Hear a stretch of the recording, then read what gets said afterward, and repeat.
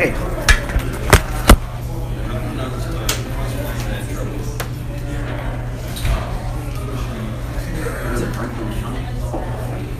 Thank you.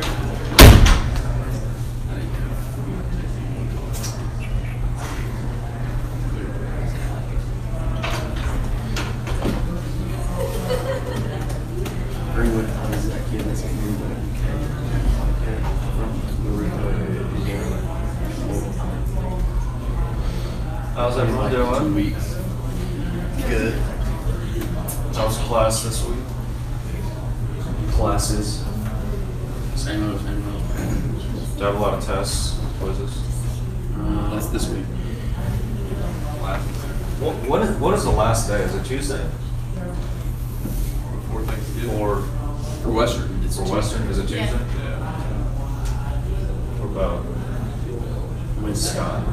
Wednesday. Wednesday?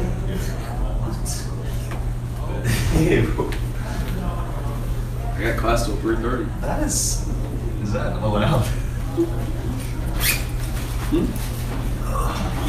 Practice. Okay.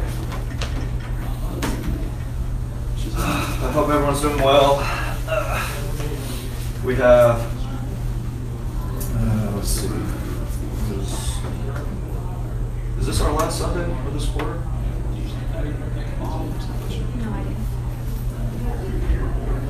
No, we have one more Sunday. One more Sunday, and we're out of this quarter. December 5th will be the first Sunday of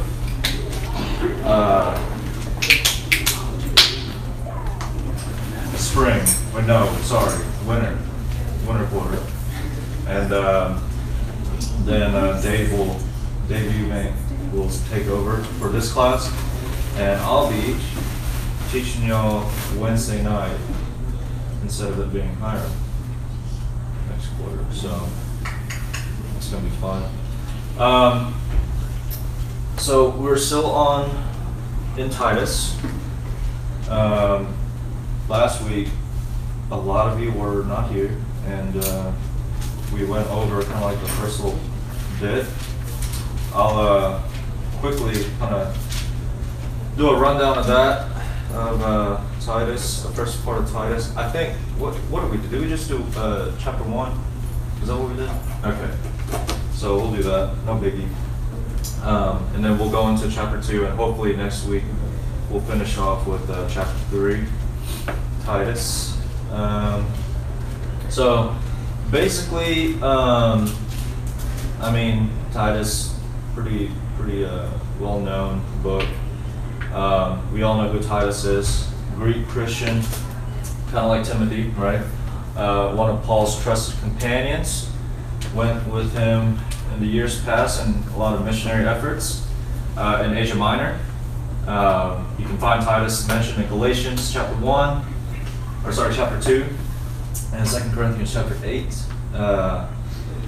And Titus has helped Paul out in many situations before, and Titus, in the context of the book Titus, is one of them. And he is charged to go to the island of Crete to kind of address some issues that were going around in the network of small house churches in the island of Crete. Interesting thing about Crete, the island of Crete, right? It's an island off of the coast of Greece. It had a terrible reputation. If you were here last week, we talked about that pretty extensively. So much so that one of the Greek words for lying is kratitzo, which basically means to be a Crete or a Cretan, right? So they were basically equivalent to being liars, right? If you were from Crete, that meant you're a liar, or at least a bad person, right? And the island of Crete really did live up to that bad reputation, right? If you go to Crete, it wasn't a very safe place. A lot of mercenary soldiers, right? So a lot of muscle in terms of just like crooks and people who just did whatever, wherever there was money, right? People would just do whatever. On the other side of that, a lot of prostitution, things like that. It was a rough place. I mean, a place you wouldn't really necessarily take your kids for a vacation.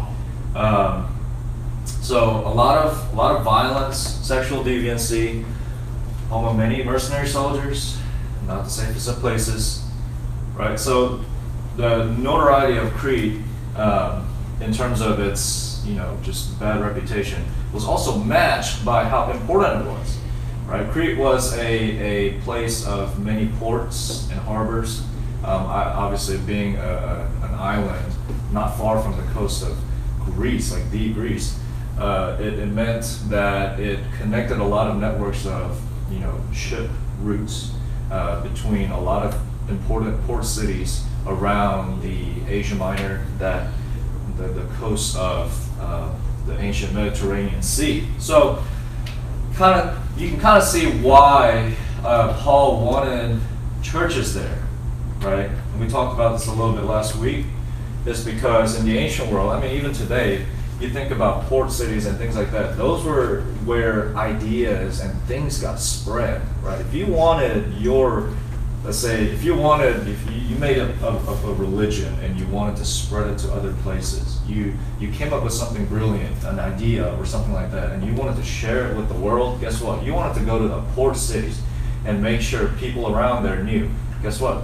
Those sailors and all those people who were from other parts of Asia Minor will come through Crete or other port cities like that, and they will go home and they will spread ideas, right? That's how culture, ideas, and things like that spread in the ancient world. I mean, even today. But now we have the internet, which is kind of like, it's overpowered.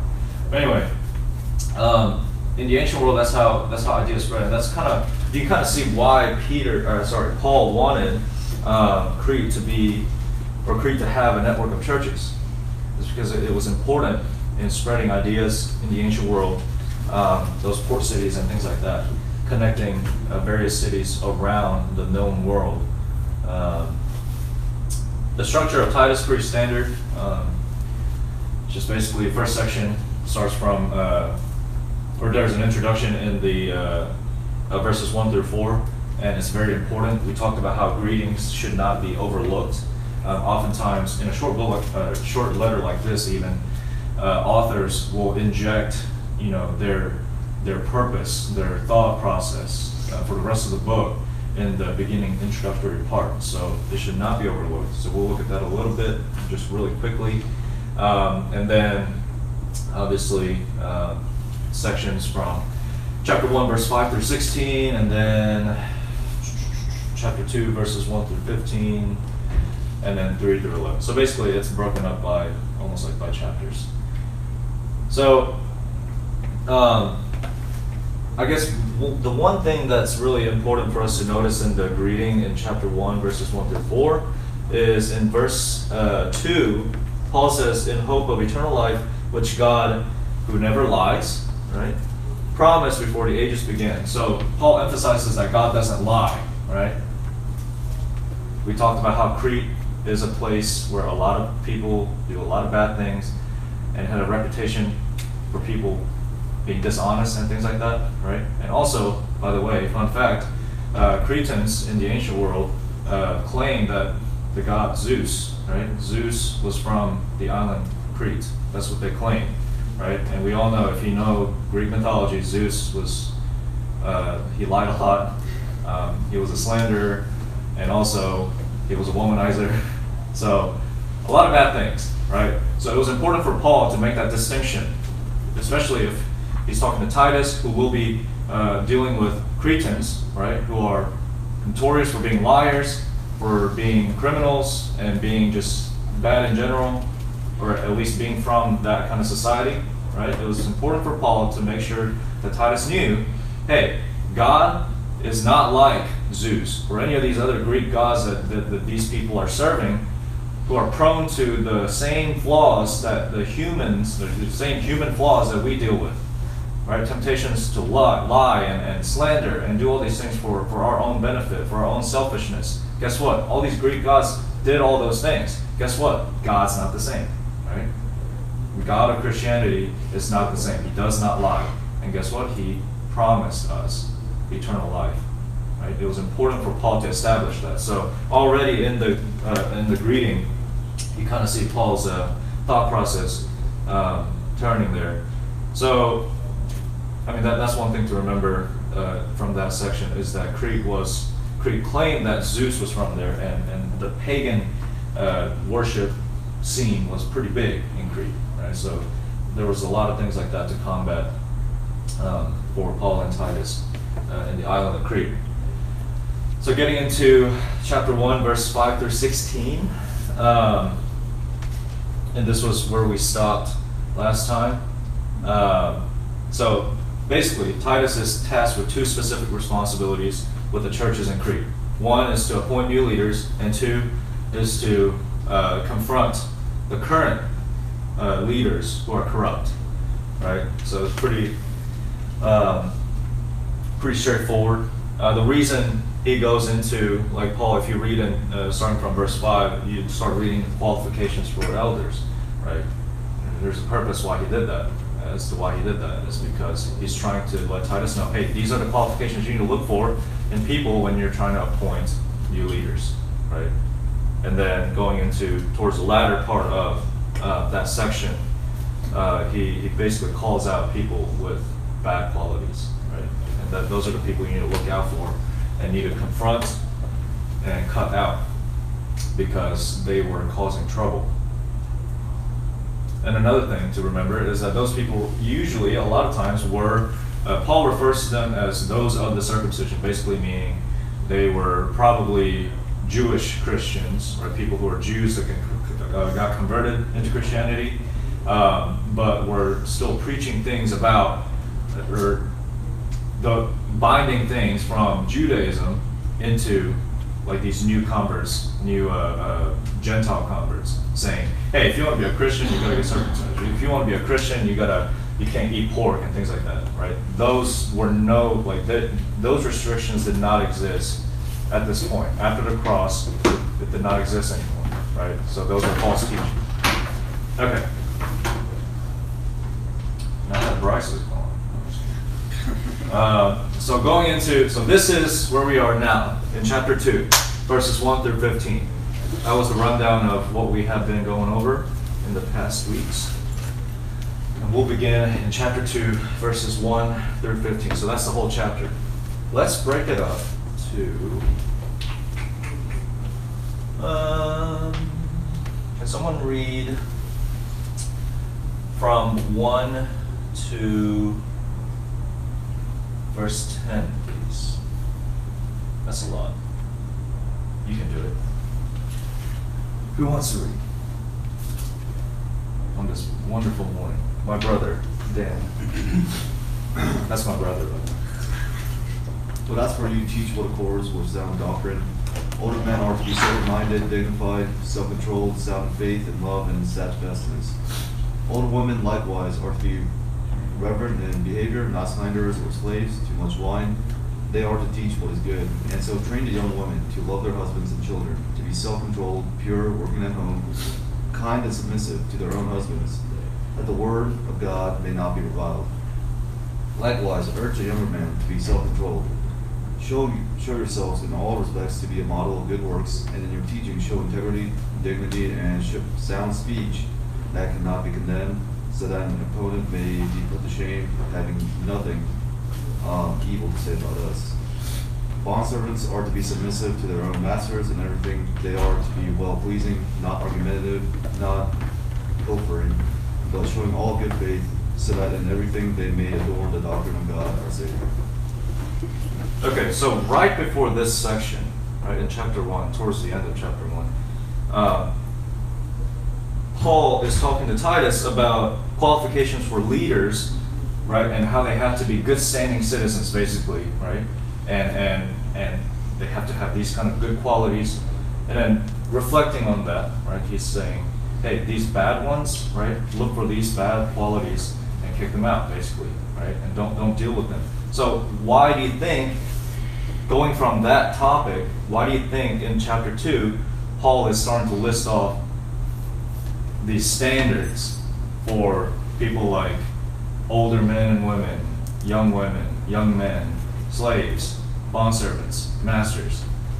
Why do you think, what is the purpose behind it, do you think? What is the thought process of Paul? Why is he listing those things all of a sudden?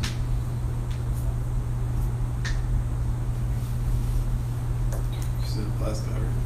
Applies to everyone? Okay, yeah. So it's like a standard, right, for everyone, not just elders, not just leaders, right? Okay. I think it'd be like a comparison. It's telling you everything that you, like how you should be. But he's not just saying, well, don't do this. He's saying, here's what you can do, or here's what you Okay. should do, here's how you should be. Okay, so like practicality. Okay. I guess for a Crete, it'd be important to give the women roles. 'Cause Yeah. I guess their culture. Yeah, yeah. So yeah, that's one thing to kind of keep in mind is that the reason why Paul is going into gender roles specifically just in this case is like we talked about, Crete. I mean, it was pretty notorious for young men to be violent and be out in the streets and just doing whatever for money or for sex or whatever. Same thing for women, right? Now, women obviously, you know, they didn't have the kind of social standing that the men did back in the day, but they could still sell their bodies and things like that. So that's a great point. So what Paul is doing here is he's listing out these qualities or these standards to live by, and he's not just doing this to, you know, hey, this will be great if you did that. No, you need to do these things because they're going to be living in a society in a context of Crete where these things are so prevalent, right? Men are out in the streets doing whatever violent things and taking advantage of people. Women are out in the streets, whatever, doing what they do, right? In Crete. So it was important for Paul to tell Titus, right, to teach to these Cretan Christians what they needed to be doing. Older men and women needed to be wise. They needed to be upstanding citizens in their society to lead younger people, young men and young women in the right way, right? Young women needed to be, Paul's not saying, you know, the only value of women is in just, you know, getting married and all that kind of stuff. We have to also remember that this was written in the context of ancient times when women did not enjoy the same kind of equality that we do today, right, in our society. So for women to be unwed and not have that kind of anchor in the context of Crete, especially in the ancient world, that meant they were out in the streets doing whatever they wanted, right? Same thing with men. So Paul is listing out these qualities not to restrict them, but to make sure that they were subscribing to a lifestyle that was opposite and different from what the Cretans were doing, what the ancient world at large was doing at the time. All right?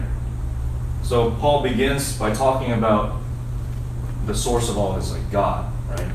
Hey, Cretan gods, like people like Zeus and all these other gods, the pantheon, the pagan worship that they were doing, guess what? God is different. And because of that, the leaders have to be different, right? Leaders have to reflect the qualities that God has given to them. Good qualities. And guess what? Some of these people weren't doing that. They were corrupt. They were Judaizers. They were putting wrong ideas into people's minds, and they were leading the flock astray. So you need to have good quality leaders who reflect the qualities of God. And then you keep going down the pipeline. Hey, everyone else, guess what? You also have to live by these standards.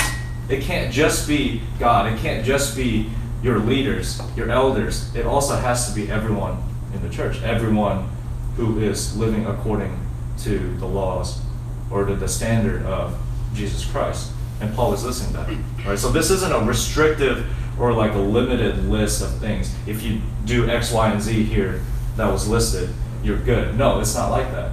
It's representative. Paul is saying, guess what? This is the kind of life that you need to live. If you're old, if you're a woman, if you're a man, it doesn't matter. Whoever you are, You have a standard. That's the point that Paul is trying to make with Timothy, or Titus, sorry, right? And it is, and if you look at these, it's always kind of like with the elders, right? It's the opposite, right, of what they would be kind of expecting in the world, in their society. You walk out into the streets of Crete, you were most likely to see violence, prostitution, deviancy, things like that. Immorality, just in general, right? Immorality. That's what you would have seen on a daily basis at your workplace, at the markets, at the ports, whatever, right? That was the society that they were living in. It was important for Paul and for Titus to lead the flock into a standard that was better than them, that was higher than them, right? Even the slaves, even the bondservants, right? A lot of people nowadays, opponents of the Bible, will say, hey, Paul was like pro-slavery and things like that. One, we need to remember that, again, slavery in the antiquity was a lot different than American slavery, right? And two, the point that Paul is trying to make in this is not for people to have an uprising and usurp whatever system that they were in. Paul wanted to uphold God's standards in the system that they were in. You get what I'm trying to say? So when you have good doctrine, you don't have these quarreling, you don't have uprisings and things like that. You have peace, right? Even between a slave and the bondservant and a master, right? Those were starkly different socioeconomic classes. Even between those two classes, or between those two classifications, there can be peace. And that's only possible in Jesus Christ. That was the point that Paul was trying to make, or Paul is trying to make in these sections. Because everyone who is in Christ is called to a higher standard than just the world, right? So, what that means for us is that it's not just the elders, as we talked about in Titus. It's not just about who God is and what the elders do. It's about all of us, right? We are all called to be leaders, not in the capacity sometimes of elders or deacons or whatever, preachers, you name it. But if you are a Christian, you're called to a different standard, right? You're called to be different. I mean, that's just, that's it. Right? That is it. If you call yourself Christian and your life looks exactly the same as everyone else in the world, then you have some self-reflection to do. Because even since the first century, even since the weeks after Jesus died, Christians were always held up to a different standard, a higher standard than the rest of the world, right? So even today, if we look at ourselves as a church as a whole, or congregation as a whole, all the way down to the individual, when you look at yourself and you have to wonder, hey, do I really look different than the rest of the world? Am I living a different kind of standard than the rest of the world? Whether it be morals, ethics, or just lifestyle, is it different, or does it just look the same? But on Sundays or Wednesdays, it kind of looks different because I go to church. We have to ask ourselves that, because if we don't truly look different, if we don't truly live according to a higher standard, can we say that we're truly living by the sound doctrine of Jesus Christ? I don't know. I mean, that is a tough question we've got to ask ourselves, right? So, that means older men be sober-minded, dignified, self-controlled, sound in faith, love, steadfastness. Older women be reverent, not slanderers or slave to much wine. These aren't restrictive. These are liberating, because the world will have us believe that we can just do whatever we want without any consequences, and then it ties us down to sin. But Paul here is telling Titus, we are better than that, right? Or we ought to be better than that. So, but that is to say, it's not easy. It is tough. It's not easy to live a different life than your peers, or your coworkers, or whoever it is that you are around all the time.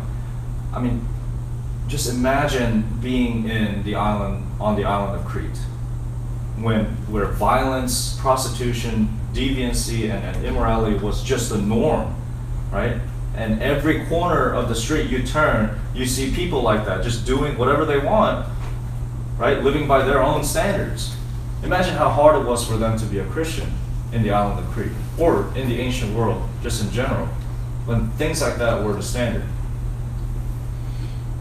I don't want to say we have it easier, right? We have our own challenges, we have our own, rough patches that we have to navigate, but I do think we are blessed, right? So let's keep that in mind as we navigate our own lives through this world. So basically, I kind of went on a rant, but basically, bottom line is, in this section, Paul is painting a picture of a model Christian household, right? Because that was something that would have been very foreign to I think is it push?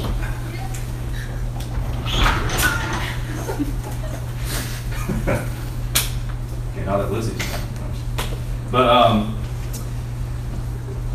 he's painting a picture of a model Christian household. Now, again, like I said, he gives us like a list of things, but that doesn't necessarily mean that that list is limiting, right? That we only have to do those things, and it's just like we're all good. But it's just representative, right? It's symbolic. He's saying, do these things. If your life generally looks like this, right, where you are upstanding citizens, and you stay away from drunkenness, and you're sober-minded, and all that kind of stuff, you're good, right? You want to be upstanding citizens, and most of all, upstanding Christian. And he hits all the age groups: elderly people, can't speak, young women, young men, even bondservants and their masters. So, and again, what Paul is doing is he's drawing a line between the secular lifestyle of Crete and just the ancient world in general, and that of God's standards, right? So the reason these kinds of sections is important is because Christianity oftentimes is painted as like a faith-only kind of religion, right? Where you just feel like you have faith, and you believe that, and you believe in Jesus Christ, and that's all good, but it can't just end there, right? It can't just end there. And that was a problem a lot of times, even in the ancient days, in the first century, where people, you have this spectrum of people putting too much restriction, like Judaizers, who are saying, hey, you got to do X, Y, and Z. If you don't do that, you're going to hell. And then you go on the other side, people who are just like, oh, God is God, whatever, we're just going to do whatever we want. As long as we believe that God is, God exists and Jesus Christ was his son, then it's whatever. No, it's a balance, right? It's always a balance. It's not about just emotions, right? Or just feelings. And it's also not just about doing, legalistic things, like some of these Judaizers are teaching. Right? You can't eat pork, you can't eat all these things, you can't be unclean, you gotta be circumcised. Jesus liberated us from all of those things and called to us a higher standard. And that's what Paul is really trying to sell here. Actually, let's read. We haven't read verses 11 through 15. Somebody want to read that? Chapter 2, verses 11 through 15? Just real quick, that'll be the end of the section. For the grace of God has appeared, bringing salvation for all people, training us to renounce ungodliness and worldliness passions, and to live self-controlled, upright, and godly lives in the present age, waiting for our blessed hope, the appearing of the glory of our great God and Savior Jesus Christ, who gave himself for us to redeem us from all lawlessness and to purify for himself a people for his own possession, who are zealous for good works. Declare these things, exhort, and rebuke with all authority. Let no one disregard you. Okay, yeah, so, I mean, what Christians must do is basically prove their faith through their actions, through their lifestyles, through their behavior, and something that we kind of take for granted a lot of times, which is kind of like a favorite of Paul, is our reputation. Right? We don't think about that. Sometimes we get so caught up in like, hey, preach the truth, or like, renounce the bad or evil or whatever, and we get so caught up in that we gain a bad reputation among our peers or among in our society or in our community. That was never how it was designed to be. Paul was very stressful, Paul stressed very much about how important it is for Christians to have a good reputation in their communities, right? Why do you think that is? We talked about this so many times, so surely somebody will have an answer. Why do you think reputation is important for Christians? Yeah, be able to build a relationship with them. Okay. And if you don't have a good reputation, you're not going to build that relationship. Okay. Why do you want a good relationship? Bring them closer to God. Okay. Exactly. You're not going to listen to someone who's screaming in your face, right? These negative things, who's not making you feel good, right? Even if he was telling you the truth, you wouldn't want to hear the truth from him if he was screaming in your face and was doing all these negative things that made you feel bad, right? We have to remember that our main goal at being a Christian, our main goal besides loving God, is loving our neighbors. Right? Now, part of that is making sure that your neighbors are aware of what the truth is and what is right and what is wrong, if they are not aware. That's true. But if in the process of that you have gained a bad reputation in your community, and people will look at you, and like the ancient world thought of Crete, oh, they're liars, or they're slanderers, or they're violent, they're a bunch of criminals. If people in our community look at the church now and they think, instead of thinking, hey, they're loving people, they're welcoming people, they are people of service, instead of that, and they're thinking, oh, all they do is go on social media and yell at people, or all they do is like show up to campus and scream at people using microphones and megaphones. That is not the image of Christianity. That is not the image of Christ that we want to sell, because it isn't. That isn't who Jesus is. Remember who Jesus is? What did he do? So many people tried to slander him, so many people tried to bring him down, but he was silent a lot of times. He spoke with his actions, right? He served people, he healed people. It didn't matter if they were Jew or Gentile or Samaritan or whatever. He cared for them, he loved them, he had compassion for them. He healed them, he embraced them. Right? And this was Jesus, who knows so much more than us. We claim to know the truth, and we like to preach to other people about what we know, and that's good, right? Again, we need to preach the truth. But Jesus knew everything, and he still knelt down and washed the feet of his disciples. He knew everything and still went on the cross and died a gruesome and cruel death for everyone. Right? That's the sound doctrine of Jesus Christ. It's not about, we do this or we don't do that. It's not about who's right, it's about what's right. And what's right was shown through Jesus Christ. He died on the cross as a Son of God, a deity, a fully God. He died on the cross like a dog for us. And so who are we to turn that around and make that inaccessible to other people, to our community, through our behavior or how we come off? Right? We need to be very careful, therefore. Paul, if you read any of Paul's writings, I'm guaranteeing you, he puts a lot of emphasis on how people look at Christians. And that is not compromising. That is not saying, Paul's just saying, hey, do whatever pleases the world, right? No, it's Paul saying, when you live according to the doctrine of Jesus Christ, you're for peace, you're for love, and you're for all these good things. You're going to preach the truth, but in the context, you're going to make sure you do it lovingly. You're going to make sure you do it while embracing the other people. Even if that person is kicking and screaming and saying, get away from me, you're going to love them, and you're going to embrace them, and you're going to take care of them. So that's the kind of reputation that we need to think about having, right? While we're living according to these standards. Yeah, we need to live according to these standards. But if we're doing so, or while we're doing so, we're gaining a bad reputation, right? We're a source of negative, image, or quarreling and things like that. We talked about all throughout 1 Timothy and 2 Timothy, right? In the pastoral epistles, studying the pastoral epistles, how sound doctrine does not result in those things. Sound doctrine always results in peace, and love, and understanding, things like that. Right? So we need to make sure that our own lives are up to that standard, but also that it looks good. Right? That it looks good to other people.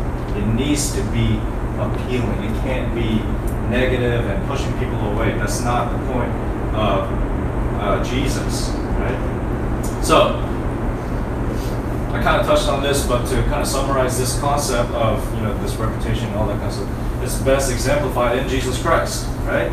Through whom the grace of God appeared. Chapter 2, verse 11 and 13, or verse 13.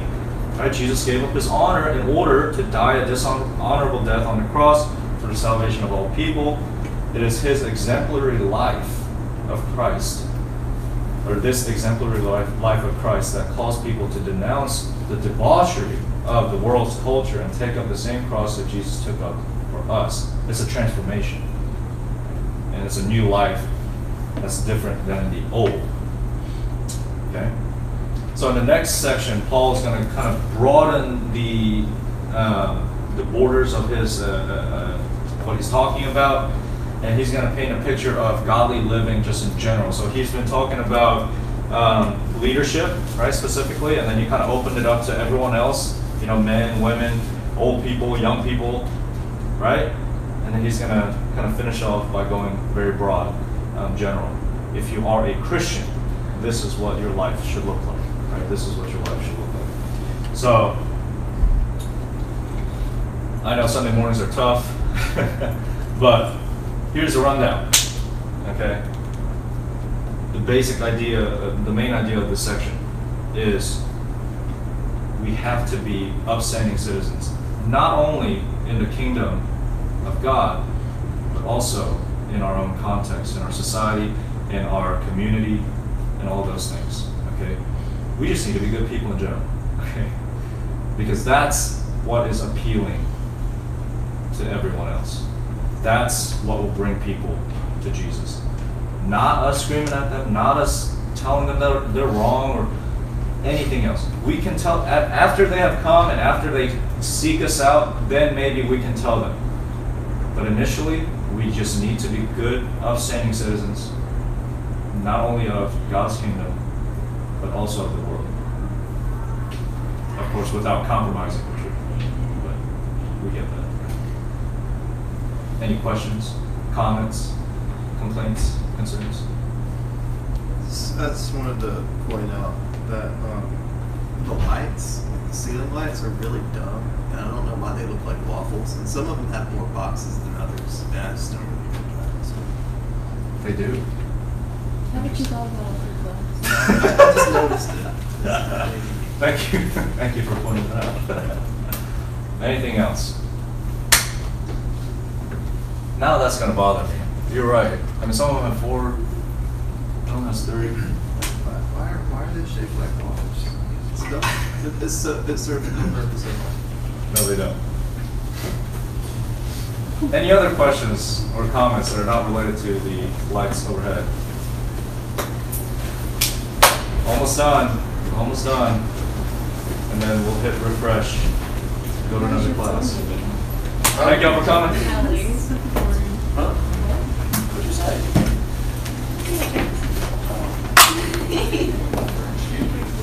Oh, sorry, I didn't mean You to look read. nice, I like it. I didn't mean to read. Take your Bible verse. Sorry to. Sorry to interrupt. We're hurt. But like he said it, you were like, and then started talking. David, I participated Wednesday night. Didn't I, Bryce? I participated Wednesday night. Yeah. She told me I talk too much, so she said I don't like her class. She doesn't like it whenever I read, so. I do like when you read. Now when's that race over? Yeah. Like all day, I think. And then you Gotta run. oh no. How about we just eat the leftovers? I was gonna do the people. Not the leftovers. I weren't here, bro. What do you want? Dude. Okay. Yeah. I can't.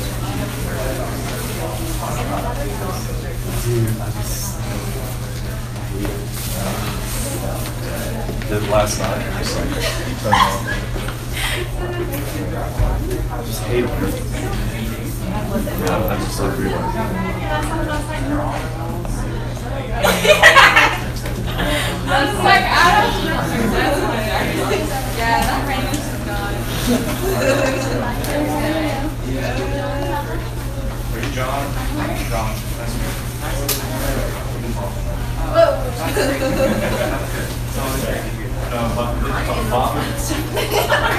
He knows.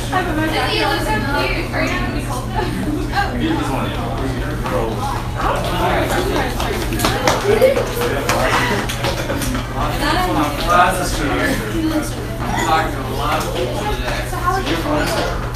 It was, well, it turns out we can't leave our fish bowl again.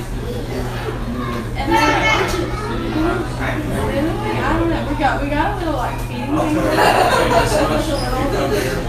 Just like a little something feeding, but like we can't leave them for our dinner, so we can't like, I mean, I don't know, it'll be fine by the We're taking them home. We're taking them home for Christmas. I'll let y'all. We're gonna go see Oh my gosh, I love her. She loves her. Nice to meet you. Nice to meet you.